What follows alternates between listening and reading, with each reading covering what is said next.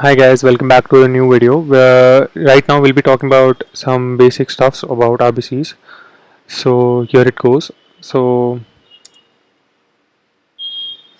yeah, so let's start. So RBCs are secondly called as erythrocytes. This carries two things, oxygen and carbon dioxide in their body. It also has an enzyme which is known as carbonic anhydrase, which acts as an acid base buffer in the body. This carries carbon dioxide and H2O and produces H2CO3, which is more stable and unsaturated carbon saturated elements. So genesis of blood cells, which is also called as hematopoiesis, can be divided into two things: medullary and extramedullary.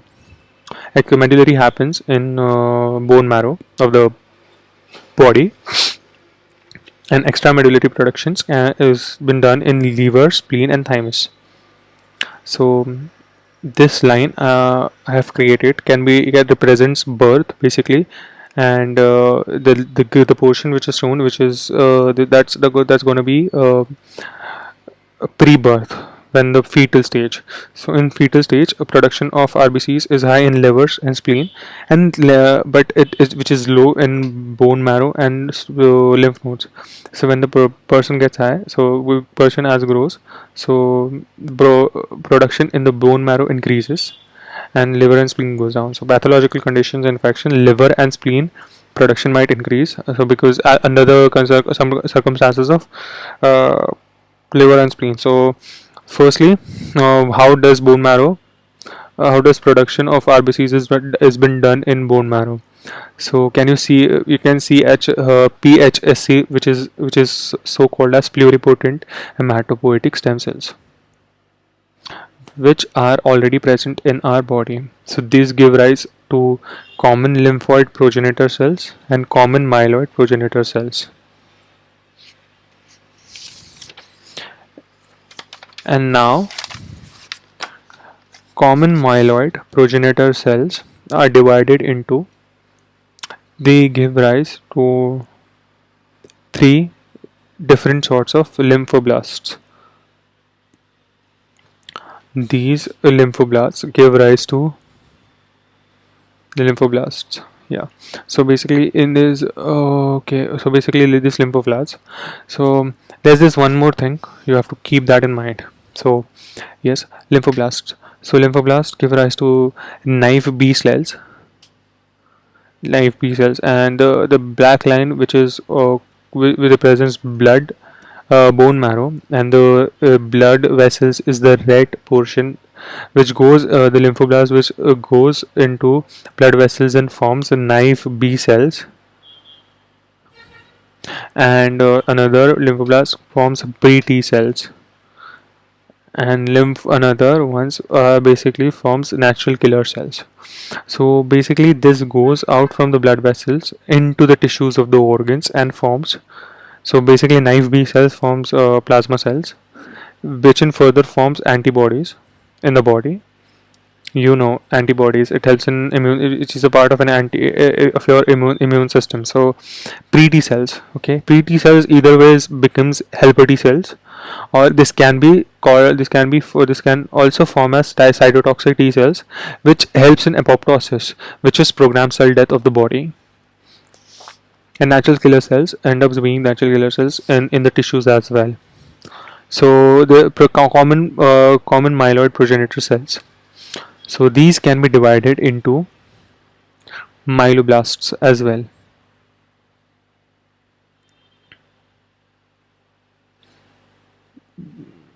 This can be divided into three different. It's a complicated process, but this can be divided into five different sorts of cells. So the first one we can talk about promonocytes. Second one is mast cell precursors. Third one is myeloblasts.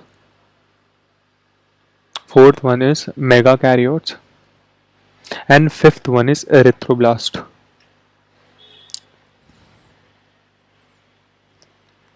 Myeloid can be divided into three different cells. One is band neutrophils, second is band basophils, Third is band eosinophils. These basically goes into the blood vessels and can form from the bone marrow. It goes into blood vessels and can form neutrophils, basophils, and eosinophils. So promonocytes gets into the blood and forms monocytes. You know what monocyte does, right? Yeah. So under the influence of thrombopoietin, which is an enzyme, acts on these pro common myeloid progenitor cells and forms megakaryotes, and erythropoietin, which helps in formation of erythroblasts. So this erythroblast forms RBCs in our body, in the blood vessels, and megakaryotes forms platelets, which helps in the clotting of the blood, and which is maximum in the body. So eosinophils, basophils, and neutrophils forms in the body.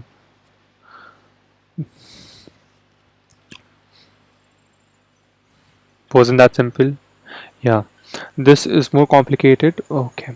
But we'll be talking about that in the further video. So monocytes goes to different tissues and organs and forms Kupffer cells, which are basically formed in liver cells, alveolar, which forms in the alveoli of the lungs, osteoclasts, obviously in the bones, and tissue macrophages.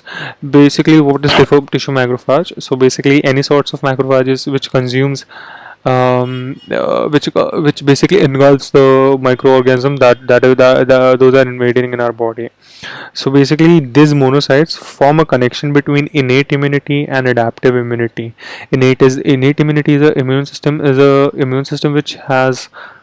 which basically gets which is which is isn't acquired, but adaptive is like ongoing person. So mast cells gets into the tissue and forms mast cells. That's it. Precursors. Okay, yeah. So I'll be talking about this. How is band neutrophils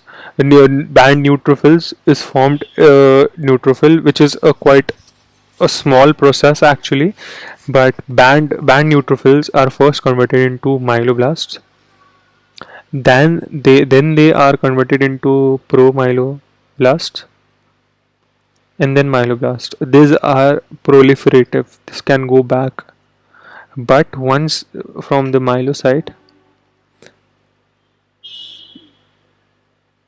they are under the production of metamyelocyte.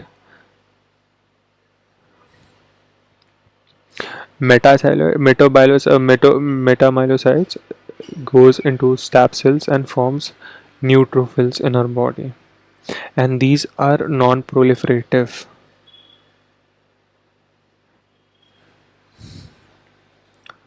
So that's all from this video. I hope you like. Okay, yeah, another one is basophils forms antihistamines in our body, which is suppressant. So heparin and histamine, which is basic in nature. So I hope you guys enjoyed this video. Please like, share, and subscribe.